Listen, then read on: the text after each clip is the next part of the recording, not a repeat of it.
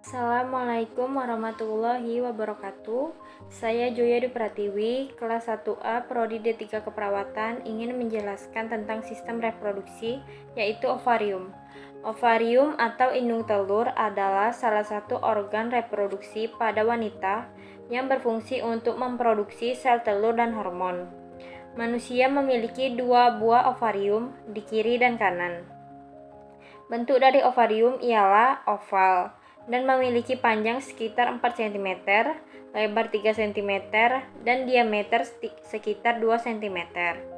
Warna dari ovarium biasanya abu kemerahan dan memiliki permukaan yang tidak rata. Struktur ovarium.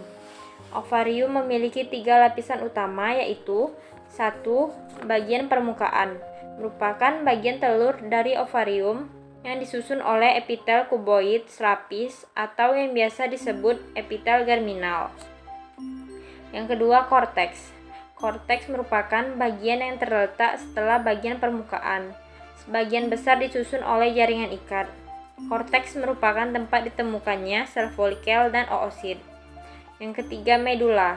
Medula merupakan bagian terdalam dari ovarium yang disusun oleh jaringan neurovaskular. Fungsi ovarium. Adapun fungsi ovarium diantaranya adalah 1. Fungsi reproduksi. Pada setiap ovarium akan terjadi perkembangan sel telur.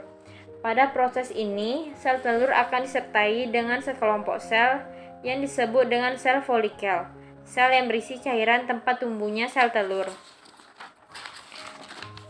Perkembangan dari sel folikel ini akan dirangsang oleh hormon follicle stimulating hormone atau FSH. Sejak masa embrio, sudah terjadi perkembangan oogonium menjadi oosit, sedangkan oosit tidak akan berkembang menjadi sel ovum sampai dimulainya masa pubertas.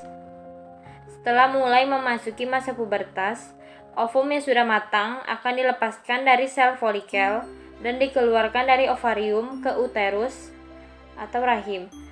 Sel ovum siap untuk dibuahi oleh sel sperma pria. Apabila sel tersebut tidak dibuahi, maka seorang wanita akan mengalami masa menstruasi, yaitu luruhnya dinding endometrium bersama dengan sel ovum yang tidak dibuahi. Sedangkan apabila sel ovum berhasil dibuahi oleh sel sperma, maka hasil pertemuan keduanya atau yang biasa disebut hasil fertilisasi akan tumbuh dan berkembang di uterus rahim menjadi embrio. Fungsi endokrin. Selain berperan untuk memproduksi ovum, ovarium juga memiliki fungsi lain sebagai kelenjar endokrin. Ovarium dapat menghasilkan 2 hormon yang fungsi utamanya ialah untuk menjaga kesehatan reproduksi dan kesuburan. Kedua hormon tersebut antara lain ialah yang pertama, estrogen. Estrogen merupakan hormon seks yang penting untuk perkembangan seksual dan reproduksi. Secara kimia, estron mengacu pada hormon yang terdiri dari estron, estradiol, dan estriol. Beberapa fungsi estrogen bagi wanita ialah merangsang perkembangan organ seks sekunder seperti pertumbuhan payudara, rambut kemaluan, dan ketiak, mengatur siklus menstruasi, dan mengendalikan pertumbuhan dinding rahim selama masa menstruasi. Estrogen juga berperan dalam pembentukan tulang serta untuk pembekuan darah. Fungsi estrogen lainnya yaitu dapat mempengaruhi kulit, rambut, selaput lendir, dan otot panggul. Yang kedua, progesteron. Progesteron ialah hormon golongan steroid yang fungsi utamanya berhubungan dengan siklus menstruasi, kehamilan, dan perkembangan embrio.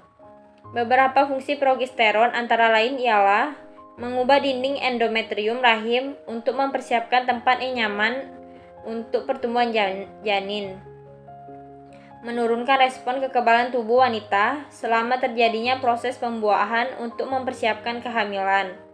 Progesteron bekerja sama dengan hormon prolaktin untuk mematangkan payudara agar dapat memproduksi ASI, meningkatkan gairah seksual pada wanita, membantu perkembangan saraf otak, serta berperan dalam melindungi dan pemulihan cedera jaringan otak dari kerusakan. Pengaruh usia terhadap pertumbuhan dan perkembangan ovarium. Pada saat seorang wanita lahir, ia memiliki 1-2 juta oosit yang terdapat pada ovariumnya. Tetapi hanya sekitar 500 dari jumlah tersebut yang mengalami ovulasi, sisanya tidak dapat dipakai atau mati dengan sendirinya. Seiring bertambahnya usia seseorang, maka oosit ini jumlahnya akan semakin sedikit. Karena pada masa menstruasi, sel yang tidak dibuahi akan keluar dari tubuh. Pada suatu sel ini akan habis. Ketika itu terjadi, seorang wanita akan memasuki masa menopause, yaitu masa di mana mereka tidak lagi mengalami menstruasi.